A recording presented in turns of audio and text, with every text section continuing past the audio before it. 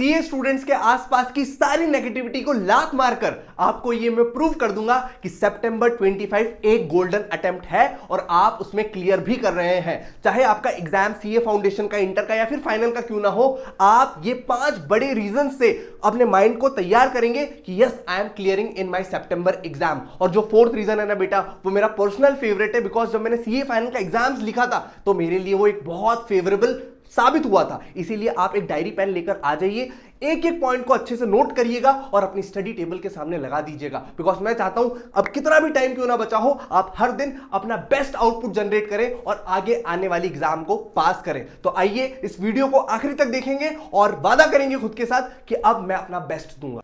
सबसे पहला रीजन बेटा, जनरली कॉलेज के जो एग्जाम्स होते हैं या फिर स्कूल्स के जो रिजल्ट्स होते हैं, जो भी बच्चा फाउंडेशन, इंटर का एग्जाम लिख रहा है, फाइनल का एग्जाम लिख रहा है, उसके कॉलेज के एग्जाम उसको परेशान इस वाले सितंबर के सीजन के आसपास नहीं करते हैं। मई के आसपास, दिसंबर के आसपास कॉलेज के एग्जाम्स आ जाते हैं। जनरली 12th के बाद रिजल्ट्स होते हैं, तो मई का अटेम्प्ट बहुत प्रॉब्लम क्रिएट करता है कि यार कॉलेज भी देखना है, रिजल्ट्स भी देखना है, कॉलेज जाना भी है बार बार। बट अभी सितंबर में आप डेडिकेटली पढ़ाई को दे सकते हो, सीए बुक्स को दे सकते हो, रिसेंट अपडेट्स एमटीपी आरटीपी को दे सकते हो। आपका टाइम वेस्ट नहीं होगा फोकट की चीजों में, बिकॉज सीए मांगता है शॉर्ट वन फोकस। दूसरा, जनरली फाउंडेशन हो, इंटर हो, फाइनल हो, जो मई वाला एग्जाम्स रहता है, जनरली मई 25 वाला एग्जाम होता है, सबसे पहला अटेम्प्ट होता है जहां पर अमेंडमेंट्स वगैरह आते हैं। जैसे इंटर फाइनल वाले स्टूडेंट समझ पा रहे होंगे, जिन्होंने लॉ का एग्जाम लिखा वो भी समझ पा रहे होंगे कि मई 25 में पहली बार हमको पुरानी चीजें याद करके जानी पड़ती है, अमेंडमेंट्स देखकर जाना पड़ता है। जैसे इनकम टैक्स में जो फाइनेंस एक्ट होता है उसके सबसे पहले अमेंडमेंट्स चेक होते हैं मई 25 में।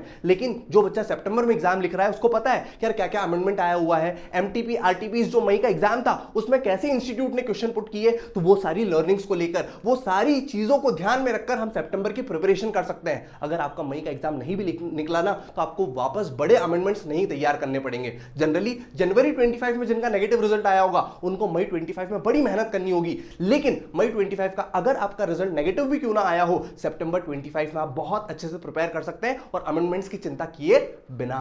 थर्ड पॉइंट मैं आगे बढ़ूं उसके पहले मैं चाहता हूं कि आप जल्दी से कमेंट सेक्शन में एक बार लिख के आए कि आप किस लेवल पर हो। आप फाउंडेशन का, इंटर का, फाइनल का कौन सा एग्जाम दे रहे हो सितंबर में या फिर जनवरी 26 में, ताकि मैं आपके लिए डेडिकेटेड वीडियोस बना पाऊं और आपको बता पाऊं कि कैसे आप आगे की प्रिपरेशन कर सकते हैं। आप अपने नाम के आगे चार्टर्ड अकाउंटेंट जरूर लगाना, सीए अपने नाम के आगे लिखना और जरूर बताना कि आप क्या मार्क्स टारगेट कर रहे हैं।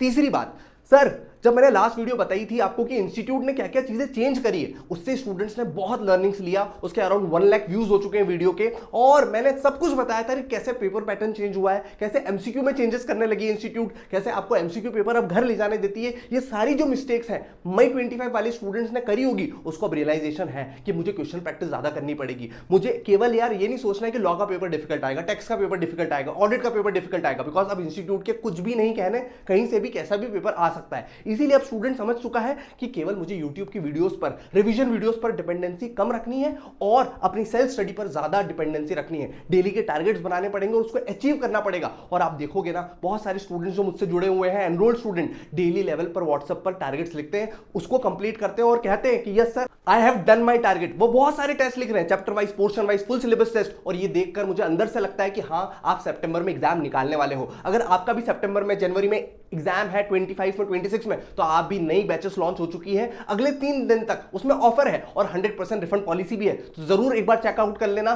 सारी फीचर्स वेबसाइट पर होंगे, उसको पढ़ लेना। अगर कुछ भी डाउट्स हो तो इस नंबर पर आप व्हाट्सएप करके पूछ भी सकते हो। लेकिन एक ही बात बोलूंगा बेटा, question practice is more important than your YouTube revision videos. आपको सेल्फ स्टडी पर ज्यादा डिपेंडेंसी देनी पड़ेगी और सितंबर वाला बच्चा अभी समझ चुका है और वो इसको इंप्लीमेंट करने भी लग चुका है।